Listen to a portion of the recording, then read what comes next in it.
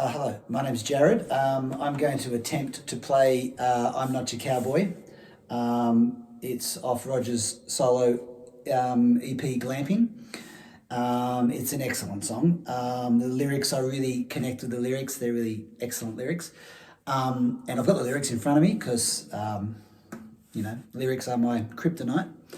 But the song's obviously been written on piano, so there's lots of beautiful chord inversions and moving bass lines and all very, what we'd expect of Roger's spectacular piano playing, keyboard playing, and arranging.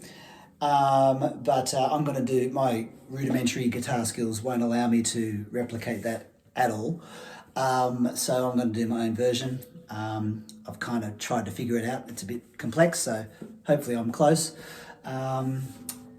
So I hope you enjoy. This is I'm Not Your Cowboy by Roger Joseph Manning Jr. 3, 4.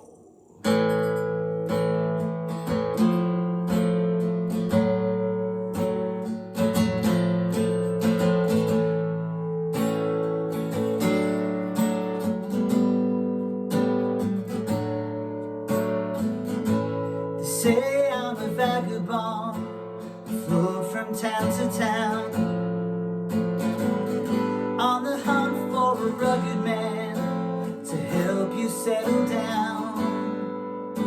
I may not be what you're looking for, but I'm the one you found, and you believe.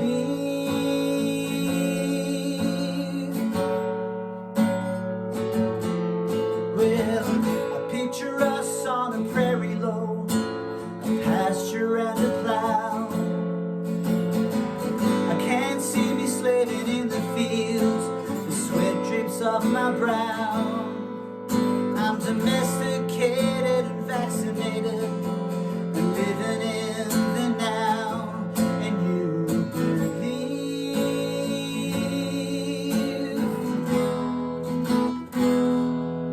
But I'm not your cowboy. I'm just a modern man. No, I'm not your cowboy. I hope you'll understand.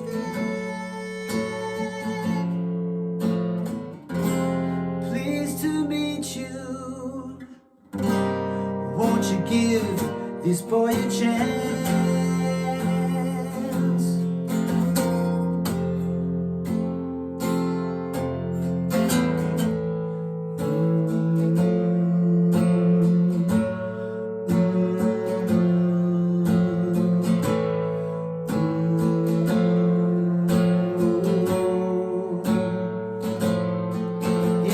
I'm hardwired to the satellite, plugged inside my brain. The city slicker on a starry night, I'm blind but not ashamed.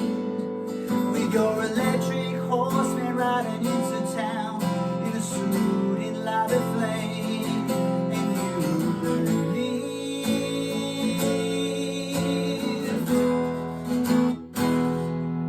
But I'm not your cowboy. I'm just a modern man. No, I'm not your cowboy. I hope you'll understand.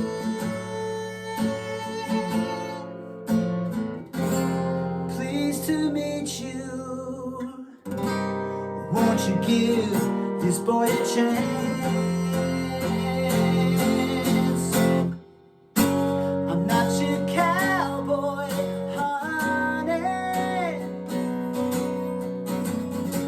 I'm just a new paradigm.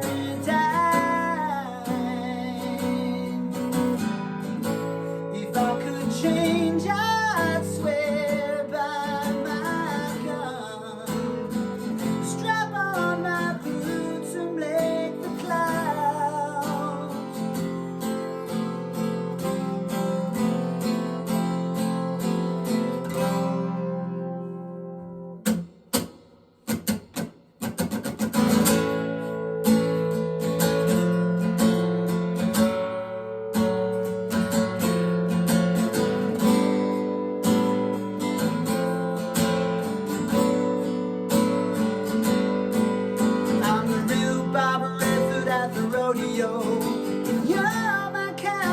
Jane and still believe.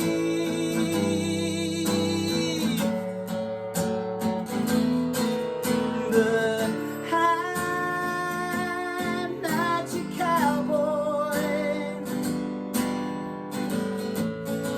I'm just a modern man. No, I'm not your cowboy. I hope you'll understand.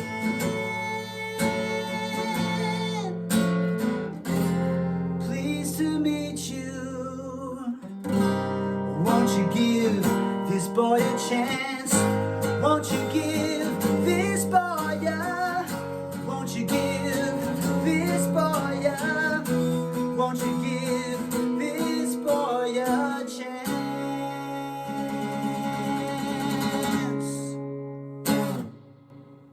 Something like that, anyway. Happy Jellyfest, y'all.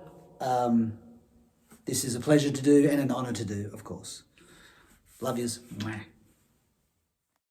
What a performance of I'm Not Your Cowboy from Glamping by this man right here, Jarrod Murphy. Hello. Hello, how are you, man? I'm good. It's a pleasure. Well, this is truly an international affair now. We've had Germany, we've got the UK, we've got the States, and we've got Australia. I want to thank you for not making me do this at 2:00 in the morning, which is usually it's getting close to about 10:30 in the evening here, so it's not too far from 2:00 in the morning, but that's okay. Do you find the evening is a better time for you to record music? It's the only time. I get. Yeah. With kids and day job, it's pretty hectic, and so I do burn many candles at both ends.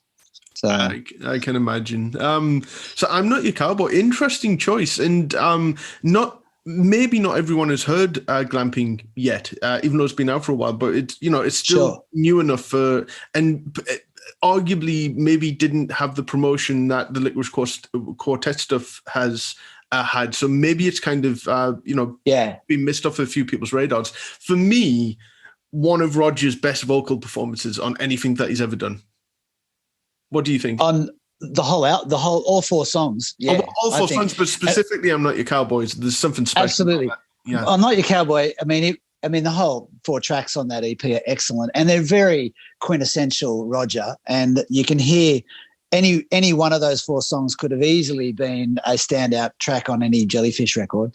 But I'm Not Your Cowboy just leaps out of the speakers to me. It's like this awesome, epic show tune, and everything that Roger does really well, I think, is in that song. And look, I have to say also on a couple of the, all of the Licorice Quartet stuff's been great as well. But there's a couple of tracks that, again, I thought is just like just Roger at his arranging best. And I'm Not Your Cowboy. I just love the last 8-bar movement. It's as if an aerial camera is panning out on this little figure wearing a cowboy hat singing to the stars. Like, it's just so epic in the way it sounds. I love it. And my acoustic version, you don't quite get that epic vibe, but I certainly do my best. And there's a lot of cool chords in that, man. It's so hard to figure out the guitar chords because he's a piano player, of course. So, yeah. And he writes on piano. So all of these, chord inversions and walking bass lines, walking all over the chords just makes it so hard for a rudimentary strumming guitar person like me to try. I mean, I know D and G and A and C and a few minors and a few sevens, but it's a great song, and it's really, and I do agree. I think his vocal takes on that are amazing. And it moved you enough to want to choose this song, because I always said that it didn't have to be a Jellyfish song; it could be anything from solo projects, etc. And even if you say that there are chords that are difficult to find out, it inspired you to want to be able to do that, which is great. It's the kind of song, because I when I do some regular sort of gigging around Brisbane and the greater parts of Brisbane, that I'll often throw in 2 or 3 Jellyfish songs in amongst other cover songs that I'm doing, and to an audience who aren't familiar with Jellyfish, they just slot in beautifully because they sound like long lost songs of other great artists, Yeah. And one song, Glutton of Sympathy, which I really wanted to do, I smash it every time. There's a good reason why that song wasn't available. I know. Yeah. No doubt a great version will be heard. But I mean, I just was so looking forward to it because I own it as if I wrote it. You know, I really do my acoustic version of it. And to me, I'm Not Your Cowboy is a really similar song. It's in a similar ilk of songwriting. Lots of epic sort of movements, and especially those the middle eights and the middle eight of that song in the middle and the way that it ends. Similarly, in Glutton has the same sort of impressive middle eight and ending. Yeah. Roger, I mean, he's kind of ventured slightly into country with things like Tinseltown off the Dynamite album. But I feel that this song, even if he had it written before then, I think working with Glenn Campbell so closely on the Ghost on the Canvas album, and he wrote a lot of the instrumental interludes on those albums, which is crazy, really. I mean, it's just the oeuvre of Roger's work. I grew up on Glenn Campbell. Glenn Campbell. Everything Jimmy Webb touched is what I grew up on. My dad was a massive fan. That and Creedence Clearwater Revival was the menu in my house, and and that Roger works with Glenn Campbell is just yet another thing that I just love about the dude. I mean, his arrangements are amazing. And look, and when I didn't realize that Roger was in Beck's band for a long time. I just seemed to miss my radar. And as soon as I found out, it just made so much sense to me. And I went back and listened to, actually, I did remember seeing him on a video clip for that Midnight Vultures album, Sex Laws. I remember. I thought I had a memory of. I think I saw him playing in the video clip, but I just for some reason never tracked it down. And then later on, I had a friend, a bass player in a band, playing, and he was religiously learning all the bass lines on that album. And then he said, "You realize that Jellyfish is all over that record?" And I was like, "What?" So it blew me away. And so the way that he can seamlessly work with and accompany alongside other great artists like Glenn Campbell and Beck and these incredible singer-songwriters in their own right. You know, he's an impressive lad. And also I've over the years listened to so much of his interviews, and I'm a sucker for a great interview. As soon as I hear, if I kind of like an artist, and I always have been a Jellyfish fan, it was something that leaped out at me and it took over my life, similar to yourself, I think. But other artists, if I kind of like them a little bit, but then I hear them interviewed and they're really insightful and they'll really analyze and pull things apart, I like them so much more. They really gives me a great insight. So I go back and listen to their music again. When I was a young kid, Elvis Costello was one of those. I always loved him. I loved Elvis Costello, but then I heard him interviewed a few times and he was just so charming and interesting, you know, so it just gives me much more fandom. And another one, I mean, and these are all artists that I am so, it's the songbook of Roger's is identical, and it isn't necessarily that Roger was into XTC that I was, because it wasn't at all. I didn't realize how much of a fan he was, and I'm just an absolute fanatic, and I just dissect Jellyfish, XTC, the Wonder Stuff. Like, these are bands that I just loved so much all my life, and pulled them apart and analysed them, and then all the other stuff that through the group I've discovered, through this group that you curate,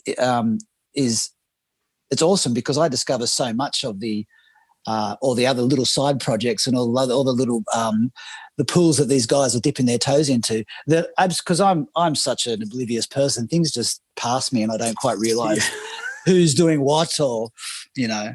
And you know, Jason Faulkner, of course, always been a fan of his as well, and everything he's touched has seemed to be great. Like the production he's done, and the songwriting and the production of those guys is just continuously impressive.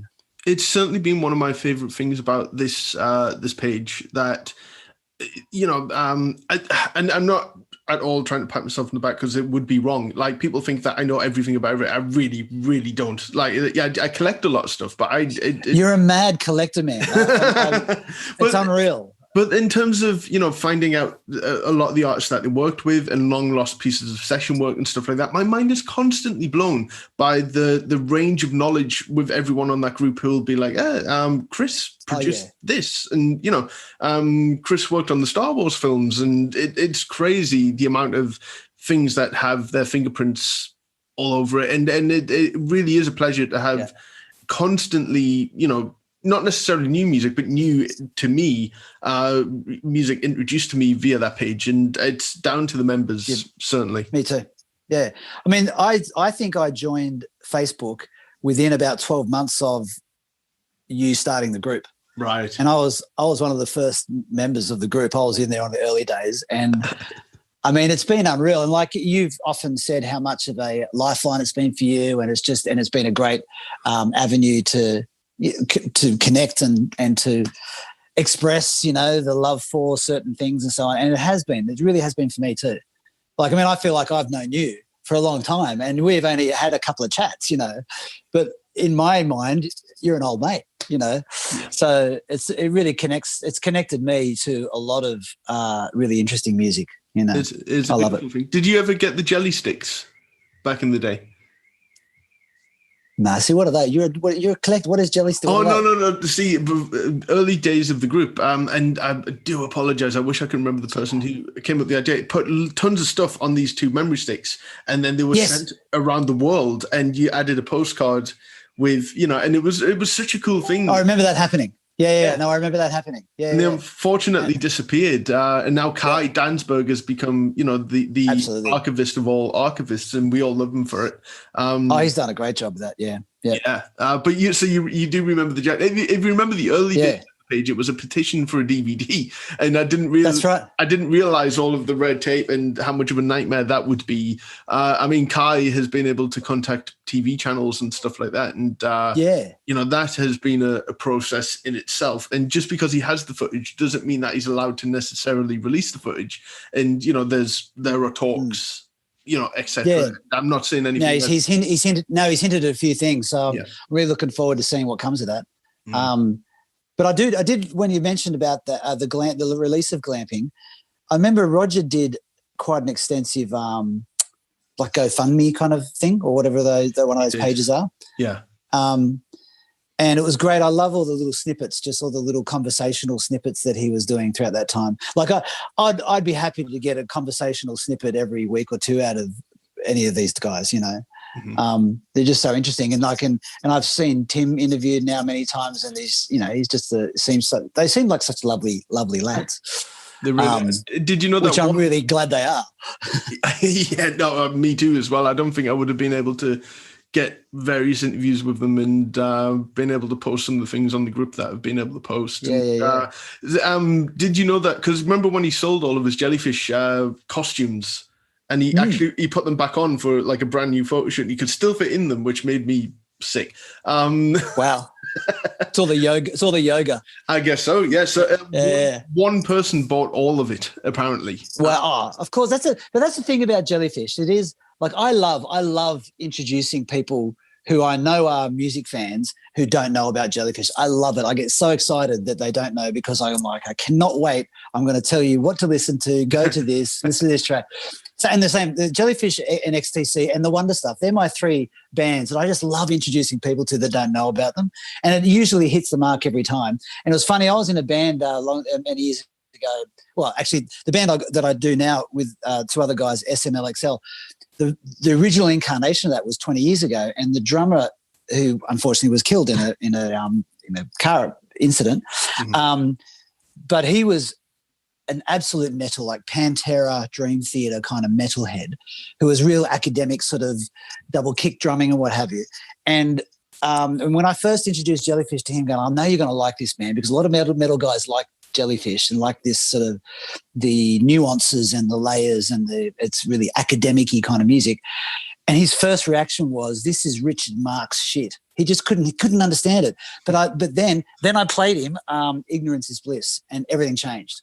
And he's like, okay. Yeah, I know. That was one of the obscure. Yeah. And then he went back, and then suddenly joining a fan club, and these songs made sense to him.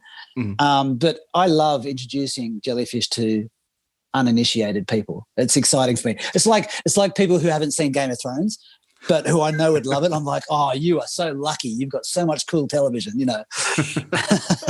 And the thing is, as I've mentioned other artists as well, one of the best things that Jellyfish has given to me was not just their music, but all of the bands that they really introduced me to. Because I knew of XTC and I knew the hits and Badfinger and the Zombies and the Move and ELO, all that kind of stuff. But they really made me want to deep dive more, and it can't be understated how much Jellyfish opened up my musical vocabulary and made me hopefully a better songwriter myself, because not just because of the stuff they did, but again the stuff that influenced them or the stuff that they ended up influencing themselves. It's I love artists that have huge catalogs and that I haven't really dived into. Like I've always been a Talking Heads fan. Always, they were a massive band when I was a kid. I grew up with them, but to really pay attention to them, I've now, in the last, say, 5 or 10 years, deep dived, and there's so much there, which I just love. And so artists that had, like, Elvis Costello is another good example, lots of records, lots of, directions that they've changed and pivoted and gone into. I mean, deep diving, like ELO is another great example. I just really get excited when I know I'm discovering or rediscovering, with a really analytical ear, these artists that have like 10 plus albums and that have existed for so long. Like, it's really exciting. And XTC is one of those. And Jellyfish, of course, only 2 albums, but because there's such a catalogue of all the other solo stuff and then, I mean, because I put Beck's albums into a Jellyfish category because of Roger's involvement, Yeah. And so the deep dive is just unreal. I love it. Well, and I bore a lot of people about it.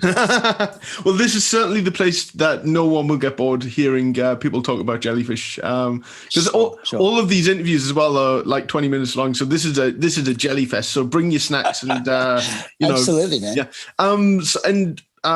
So I want to thank you for being a part of this. Where can people find SMLXL, and what do you have coming up? Sure. SMLXL music.com.au. So the AU is on the end of that one. We released the album, a full long player album, a couple of years ago, and an EP before that. But we've got another 5-track EP just finished. And all the timing of speaking to you is wonderful, actually, because the final mixes of one of the last song came through in the last 24 hours. So we're pretty pumped about it. And Jason, who's the one of the 3 of us that do it, and everything we do is in correspondence. They live in Sydney, I live in Brisbane. We just do all the modern kind of sending tracks back and forth. Yeah. And Jason is quite an accomplished songwriter and audio engineer himself, and he's done an amazing job. These last 5 songs are awesome production, and that will be released soon. But smlxlmusic.com, but and also my Jarrod Murphy musician page is what I update often on Facebook. So that's always an easiest place to get us. But yeah. That's wonderful. And before we wrap up, did you ever get to see any of them live? I did. I saw Jellyfish actually live. Okay. Yeah. When I at Selena's in Coogee in Sydney, the Coogee Bay Hotel.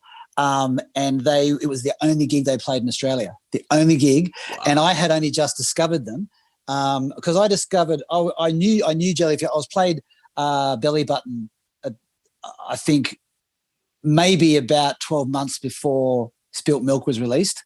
So the earlier incarnation with Faulkner and everyone, it was as far as when it was happening, I missed that. But on the Spilt Milk tour, I saw the Tim and Eric lineup, and it was that, and all across the front they had fairy lights, everything, and I was one of only probably not even 100 people in a venue that fits about 1,000. There was no one there, and I had some other mates. I was with some other mates, and I was too chicken shit, but my other mates all scrambled backstage and hung out with them. So, but I was too scared. I had a girlfriend at the time, and I'm like, oh no. So they all took off and played up with those guys. I'm not sure if the Jellyfish dudes remember that or if they appreciated it, but my friends were really, really stoked about it. And then we went out and drank all night and talked about it and partied. But they just blew my mind. And the caliber of performance was just mind-blowing. And it was just such a crime that in Australia, that was the only gig I think they've ever played, and there wouldn't have been 100 people in the room. It was, it just blew me away. I'm sure they remember something like that, you know, a one-off performance like that. And I mean, I consider Australia to be one of the jellyfish countries, you know, like Japan and Germany and the UK, because there were some exclusive releases in Australia. Even when Jason did his solo album, you know, I've got it right here. Follow Me was an Australian only release. There you go. Yeah. Made in Australia. Yeah. So there's definitely a connection with Jellyfish and Australia. I know. And well, when Spilt Milk was out, I mean, it seemed to get a lot of promotion, but this particular gig, the only gig, they were supporting quite an iconic band in Australia called Died Pretty, and it was a really strange match of bands, and they were just so impressive. And I was gobsmacked the whole time with my jaw to the ground going, how are they doing this? You know, and like, of course, we debated it all night how they were doing it. And, you know, and we were trying to hunt down their live engineer to say, what were you doing? What were you doing to the vocals to make them sound so good? But yeah, I was surprised because they have been quite known here, but while they existed, I remember seeing a lot of the advertising, but I think that there was some great record, like Waterfront Records and Red Eye Records and so on, that are indie sort of record shops that really were into it. So musicians were into it. Oh, I bet. But as far as a wider reach. Yeah, it's it's the sad, I hate to say the sad story of Jellyfish because they've grown over time, but certainly you know, certainly this maybe the sad story at the time. I'm going to have to dig through the archives, and there must be reviews of that Australian gig, and I'll dig them out. Because there must have been some musos that were there, some journalists, and I'll have a dig. But for now, it's a vivid memory. I love it. It was great. Wonderful. Okay, so Jarrod, thank you very much, and thank you for performing such a not obvious song. Man. Well. Yeah, it's people who don't know glamping, it's 4 fantastic songs, so I highly recommend it. And I actually understand that Roger's I think I caught wind he's working on another follow-up to that. Yes, and pretty cool. I don't know if that's going to be this year or next year. He mentioned to me that Volume 3 was going to be next year, but I guess things move about so much. But I know that because Eric has more sexist stuff coming. Right. I don't think they would want to dilute the pool too much. So I guess spread it out a little bit, which makes perfect sense, and you know, emphasizes the importance of each release more. Oh, look, and I will say before we go to, Eric is just such an obvious, amazing lead singer. Yeah. Man, I can't wait. I want to hear him really let loose because he's really impressive. There's some B-side stuff or stuff that didn't make the Imperial Drag releases that are just these epic ballads that are just so impressive. Oh, Look Back Over My Shoulder and stuff like that. Yeah, that's that one. Yeah, that's a great song. I was going to do that one instead of Cowboy, but oh really? But maybe another time. Yeah. Well, Jellyfest. I mean, depending on how much. How many grey hairs I get after putting this one together. There may be another one next year, so. Cool, man. Yeah, do it annually. Let's do it. I may need more help psychiatrically and technologically if I do another one. But yeah, for now, thank you, Jarrod. It's late, so I think you should probably sleep. No worries, man. Yeah. You're doing a great job, Paul. I really dig it, man. It's really I appreciate it. So yes, I want to thank everyone for tuning into Jellyfest and keep them peeled for what's coming up next.